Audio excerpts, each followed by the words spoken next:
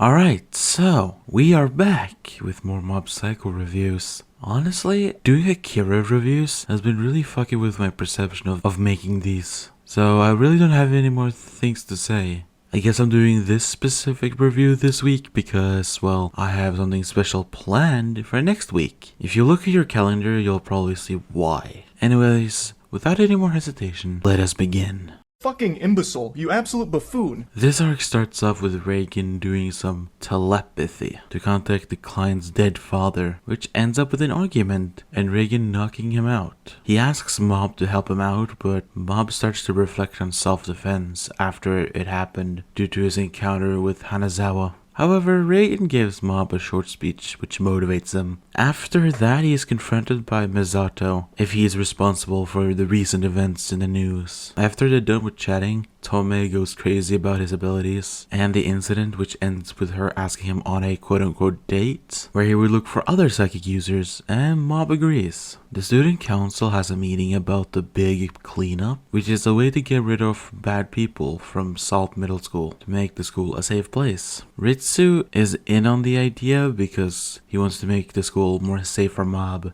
However, as we will see, this will go downhill fast. Later that day, Ritsu is walking home and he's confronted by a man who gives him a business card about an awakening lab. We cut to Misato talking to people about the psychic helmet and how they can't find any information about the leader or the leader of the LOL cult arc, which we all know is Dimple. Then we cut to Tenga, who tries to find out who beat up the leader of the fancy schoolboys. Again, I am not saying their school name, I'm white. They tried to ask the leader of the Body Improvement Club, but he doesn't know. Tenga tries to get Mob involved, but the Body Improvement Club leader tells Tenga to not involve him and leave. Then we cut to Ritsu talking to the vice president, who tells Ritsu to stop trying to act like his brother, before we cut to Mob falling face first on the floor. Then we see a bunch of groups from different schools before we cut back to the student council president saying that he has a plan to get rid of the hoodlums, Tenga. However, Ritsu is skeptical of the idea, but the president suggests that Ritsu should do it and he reluctantly agrees. Ritsu goes to the meeting place and meets the man from earlier and is brought to the awakening lab where he meets other psychic people with different psychic powers. He gets told to demonstrate their abilities with a metal spoon. Everyone does well, but Ritsu is shown to struggle bending the spoon. Meanwhile, Mob is using his powers to hunt for other psychic users, but he feels a strange presence from a hooded person. We see how the student council president sets up Tenga while he is with the Body Improvement Club doing activities. He indirectly becomes a member, so that's cool. However, when he gets back, the president opens his desk and shows some recorders he quote-unquote stole. Tenga realizes that he has been set up, but he can't do anything and gets shamed by his class and called a pervert. The Body Improvement Club, the chads that they are, know that he didn't steal it because he's honest about it. Anyways, while he's at the awakening lab, he gets mad and throws the spoon away before the leader of the lab sees what Ritsu had indirectly done to the spoon. We see that the metal spoon has bent like crazy, and the fact that Ritsu can see Dimple, also Dimple is here, yay, means that he has awakened his psychic powers. Ritsu talks to Dimple and learns that he has awakened his psychic powers before trying to kill Dimple. Dimple teaches Ritsu how to train his powers, and thanks to Dimple failing to possess him, he becomes even more stronger. We see a montage of Ritsu training and the student council president getting Tenga's group in trouble. Thanks to Dimple, Ritsu has gotten more popular, which makes Mob note that Ritsu has changed. However, he hasn't changed for the better, he has gotten hungry with power.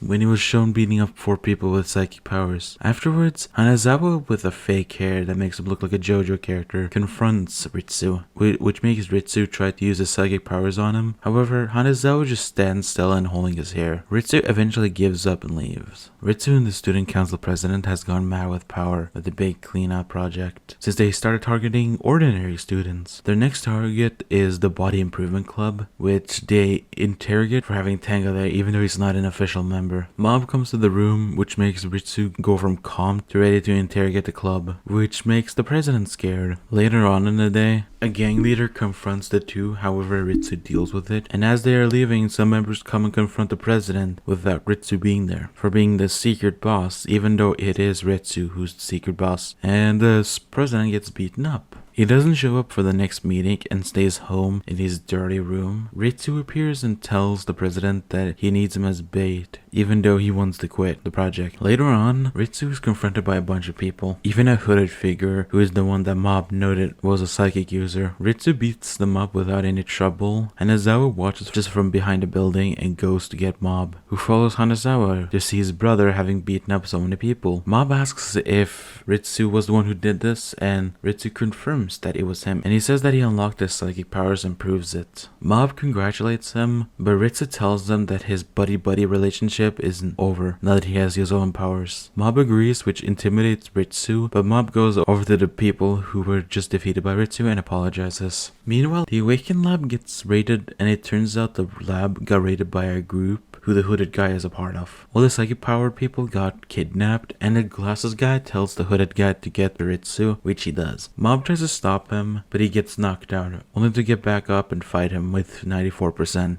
but he still gets his ass beaten. Mob gets hit so hard that he gets knocked out and goes 100% in one of the most hardest panels, which reminds me of why I love this art style. Mob wipes the guy with ease, but he uses some kind of spray to knock Mob out, but he gets back up quickly, and before they have a chance of fighting again, the hooded guy takes Ritsu and leaves. The group which Ritsu beat it up is impressed with Mob's fight, however he is already knocked out. Hanazawa and Dimple comes to save Mob, which the group recognizes Hanazawa, but of course they can't see Dimple. And that is how the arc ends. Overall, I really did enjoy it. Ritsu finally getting some development was honestly so worth it, and the fight at the end between Mob and the hooded guy was amazing too. Reminds me of why I love the art style of Mob Psycho's manga. Next time, we will be wrapping up the season 1 manga content with the 7th division arc. Hope you guys enjoyed, and I'll see you guys, well, next time. Bye bye.